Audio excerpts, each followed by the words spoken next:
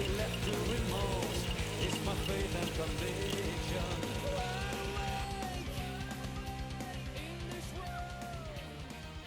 Happy Homebrew Wednesday, everybody. Cheers. I've just been sipping on my rectal lager here as I get my Maiden Voyage here underway. This is the first actual brew on the newsstand. Right now we're warming up our water for the mash. So I got all the water that I'm going to use in this first kettle. I'm going to try this way first. I've heard different ways of dealing with a system like this. You can do half the water in the mash tun, half the sparge water in here, and heat them both up at the same time. But I decided that I just put all the water I need in here, which is a little less than 11 gallons. I actually put 11 gallons in here just to play it safe, into the hot liquor tank. I'm going to warm it all up at once. Once that gets up to our temperature that we need for mashing in, I'll go ahead and move it over to the mash kettle. I'm going to try this method because what I'm going to do is I'm going to add the grains into the mash kettle first. I'm going to underlay the water from the bottom to see how that works, to kind of minimize the dough balls that might appear there. I've heard that that's a good method to try, so I'm going to give that a shot. So let's go ahead and add our grains. Water's not ready yet, but we can add the grains in.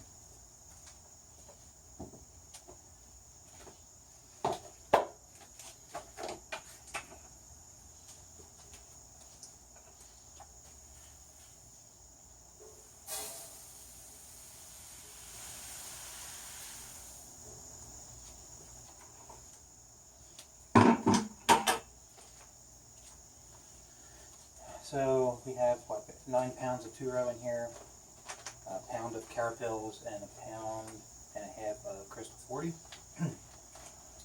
And we also have a pound of flake wheat.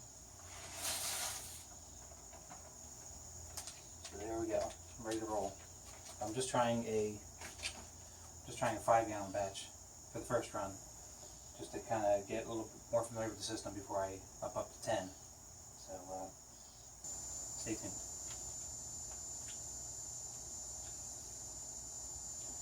Sad face. Empty pint, but I need another one.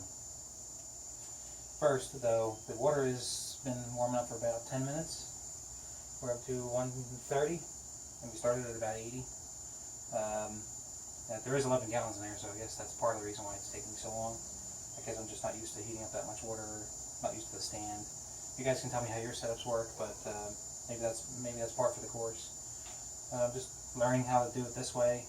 You know, like I said, the alternative might be to heat up the sparge water on one side, heat up the mash water on the other at the same time. That might speed things up a little bit. But we're trying it this way for now. That's how we do it. Boy, it got dark. Got dark fast. A little bit of leftover dinner. Had dinner while I was waiting for the mash here. We're probably, we're about 40 minutes into the mash. We've got another 20 minutes yet. This is sort of a makeshift sloppy joe. The kids wanted to try this new thing with these little taco bowls. Why not?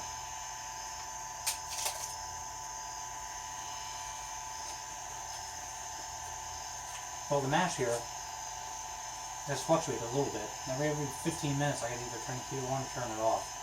I've noticed I'm gaining a degree one way or the other when I make this adjustment. So the kettle's holding the heat for the most part, but I can see why people do the automated systems now.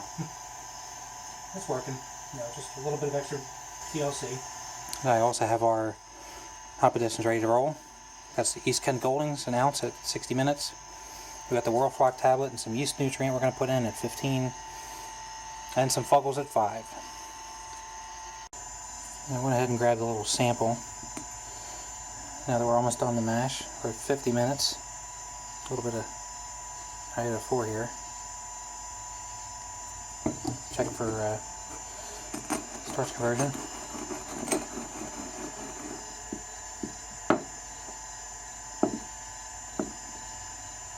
Well, it didn't turn black, so that's a good sign. Switched over to my cream ale now that it's ready. Cheers. So mash is almost over. Got another 5 minutes yet, and just warmed up my sparge water the rest of the way for mash out. Got it up to about 170. And I'm heating up the mash kettle as well. Just trying to get that closer to the 160 mark for mash out to help us out there. All new to me. this part of it anyway. We're using the direct fire, so we'll see how this works out. Okay, so mash is done. We shut off the pump, closed all of our valves because we don't want any leaks, and we're going to start setting up a research for sparging.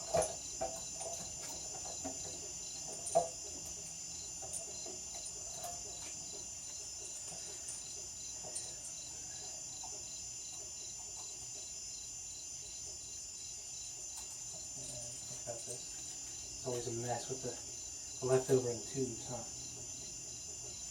So let's do it this way.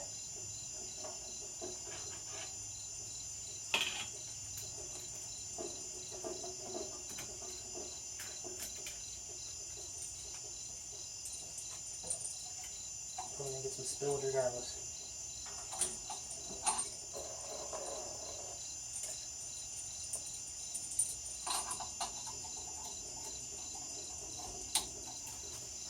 Alright, so out of the pump up to this barge arm.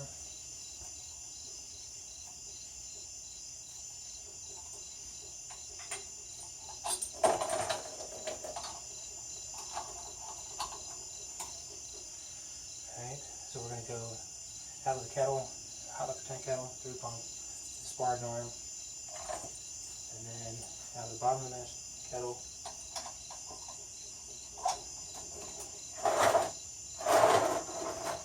into that pump.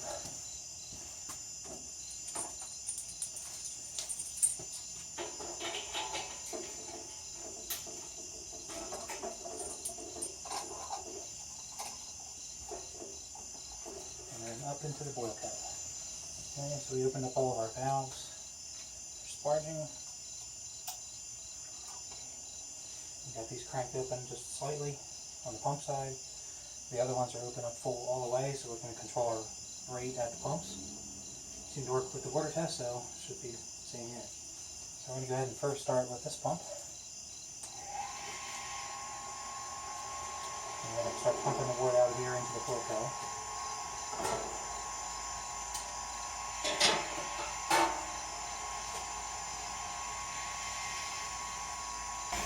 Alright, so as you can see, we're filling the boil kettle ever so slowly. It looks to be pretty clear. Looks like a little bit of speck got in there. That's not too bad. We live with that. Got a nice color to it though.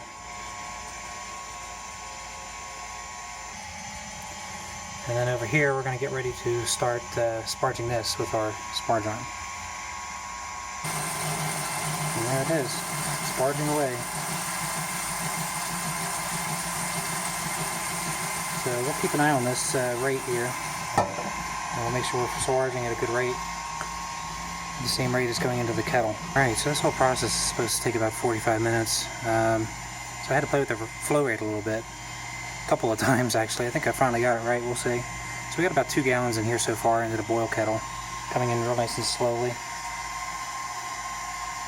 And then over here I had to turn on the heat because I've noticed I lost my sparge temp as I was messing with all this stuff. So I crank this sucker back up. I'll just turn the heat back off again. So we crank this sucker up to about 172. The mash kettle is now where it should be for mash out. We're pretty close. What do we have here? It's 166. So pretty good. So far we've collected about 4.5 gallons. According to Beersmith, I gotta check it again, but I believe I need to collect around 7.5 with this setup. So we're still pretty full over here in the green bed. Still just over it. So yeah, we'll just let this finish mashing out. I'll probably take this opportunity while I wait for the boil to come all the way up. And we're getting there, we're about 200. Start cleaning up the mash kettle. You know, not a lot of people show this, and I'll probably show a more detailed video on the cleaning process when I get my whole system dialed in.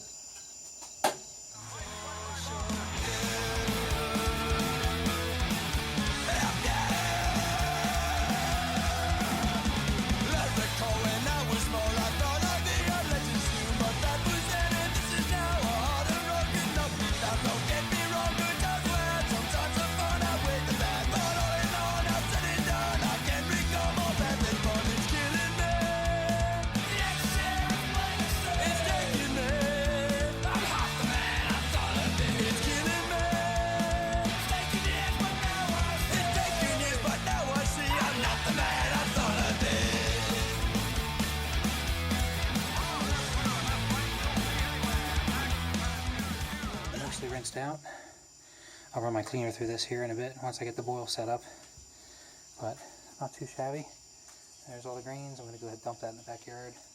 Still got to completely wash off the rest of the mash tun, the pulse bottom. And look, just in time, we are approaching boil.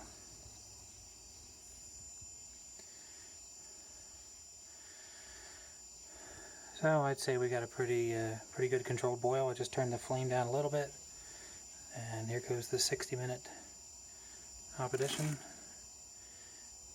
An ounce of East Kent Goldings. As we got plenty of headroom in the kettle, it's a 5-gallon batch. Not going to worry too much about the swelling there. Just going to go ahead and give it a little stir. So while we got the boil going, I'm trying to clean out the mash tun really good.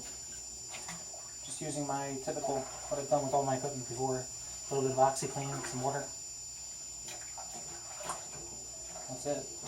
We'll go ahead and run this through the pumps afterwards and everything cleaned out real good.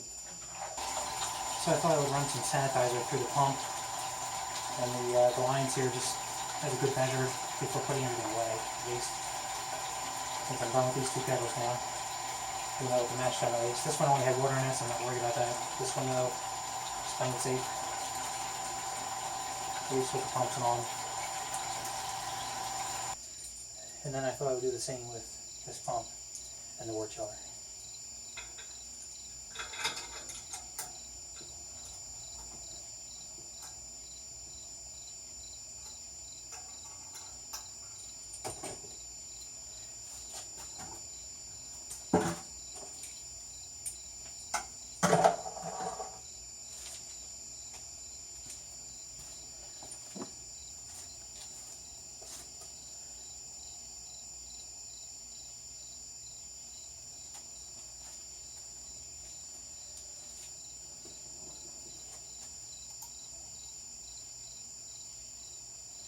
To get everything a good flush before the wort touches it.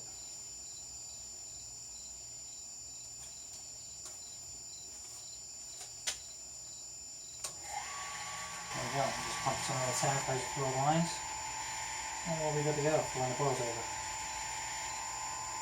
Just pumping it all back into my bucket. I'll take it back in the house when I'm done with it. And stick here.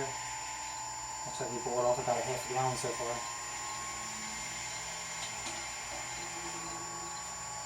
And that's it.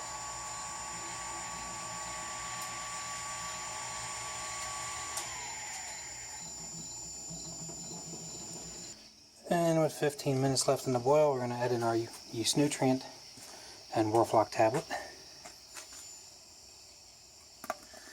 Sorry, it's dark out now.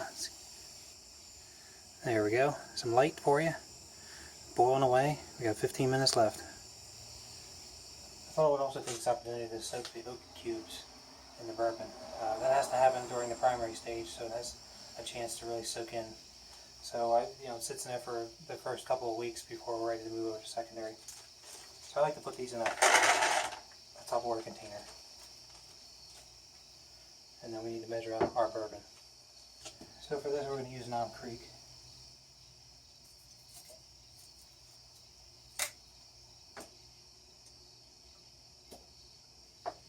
And we're going to measure out 250 milliliters.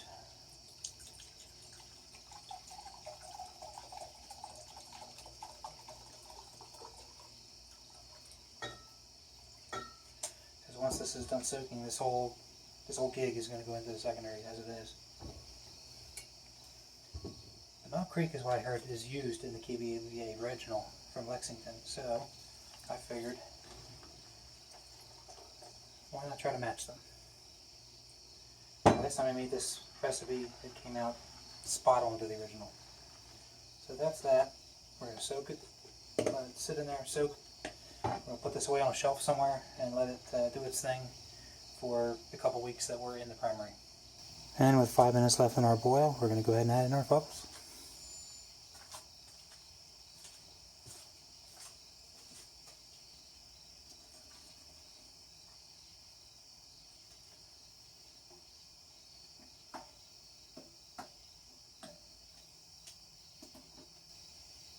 measurement here. So we're at the 7-gallon mark now. So apparently we only boil off about a gallon in the hour.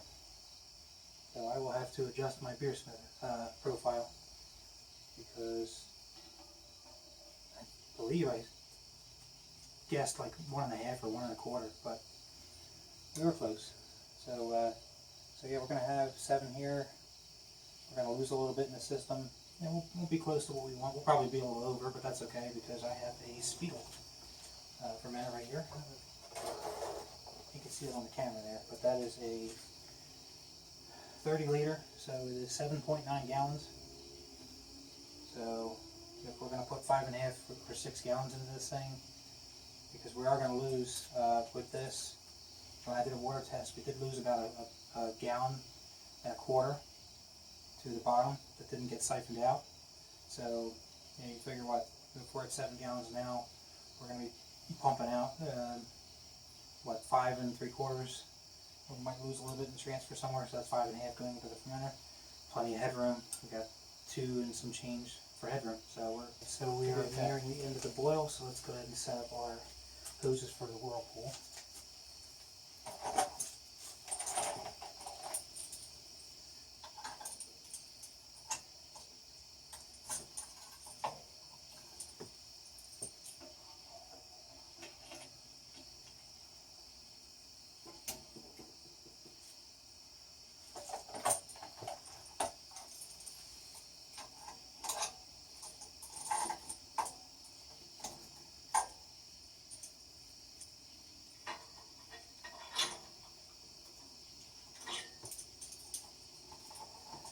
Some of these have the elbows on them and some don't. The way I got them here.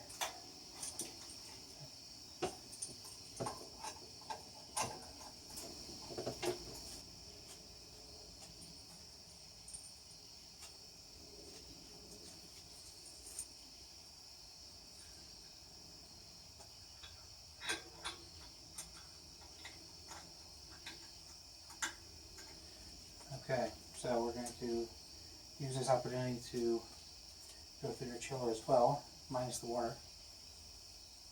What we're doing is we're going to come out of the bottom of the kettle, through the pump, through the wort chiller, out of the wort chiller, and up into the whirlpool port. So okay guys, we got the whirlpool going, as you can see. And you guys can tell me if this is a good idea or not. I've heard mixed reviews on this.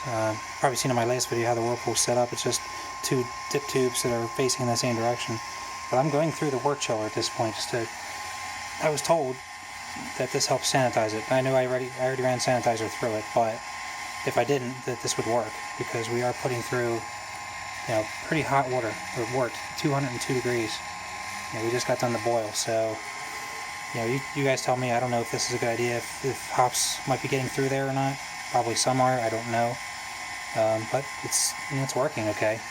And I guess we'll run this for maybe 10 minutes or so, is what I've been told. This is the first time I've done this whirlpooling, so we'll see how it works. I'll run it for about 10 minutes, and we'll stop it, we'll let it all settle, and then we'll go ahead and start the chilling process. So the whirlpool is still occurring. It's been whirlpooling for about 5 minutes. And I went ahead and hooked up the water to it, just to start chilling it, start that process. So with the cold water going into it now, we're starting to drop with the wort that's coming through the chiller. Now at this point it is still going back into the boil kettle, so we are bringing it down this way. We haven't changed anything yet to put it into the fermenter. But I thought what I would do is let this drop while it's whirlpooling, and at some point this should get down to 70.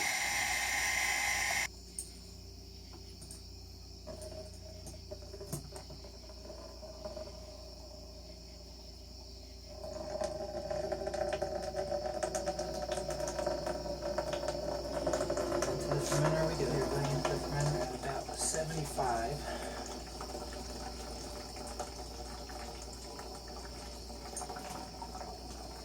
I'll go ahead and turn on the pump, I suppose, and get that to go the rest of the way.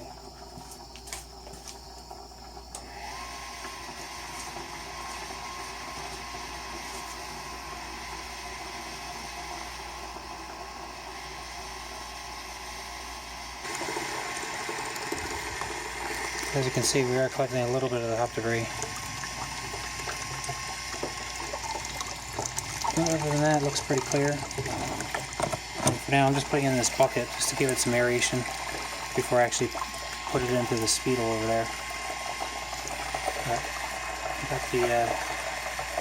got it coming down slowly. 78.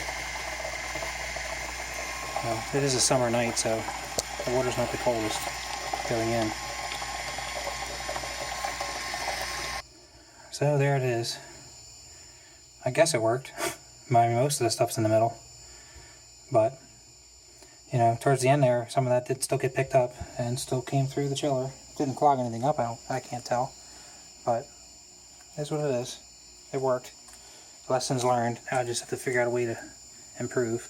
So I collected about 6 gallons here. Because I did start putting it in that bucket first over here. And then when that filled up, I just continued here and then dumped the rest in here. So it oxygenated it real well. It's down to below 80 degrees, so I'm ready to pitch the yeast.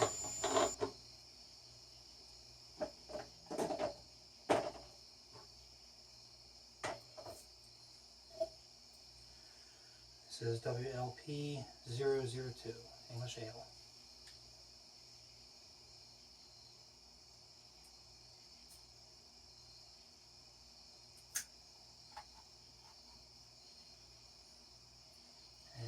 Go. Have fun. Little yeasties, make me some beer.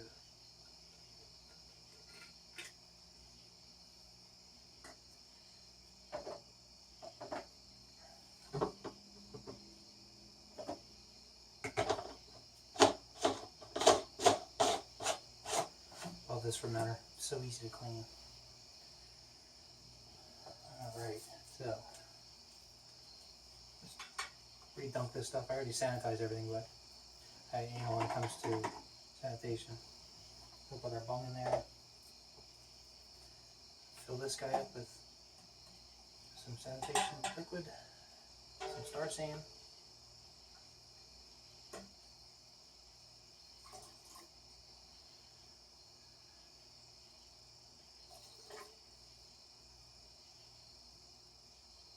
Got a massive airlock on it. I have yet to have a blow off with this. Then again, I haven't put 6 gallons in here yet. I've always put 5. So we will see how this works. That might be a little bit too much liquid in there. Take a little bit out.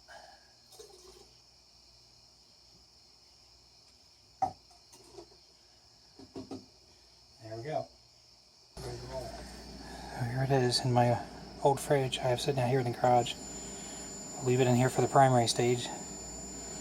And then we'll take it to the basement, nice cool basement for the secondary. So that's it, folks.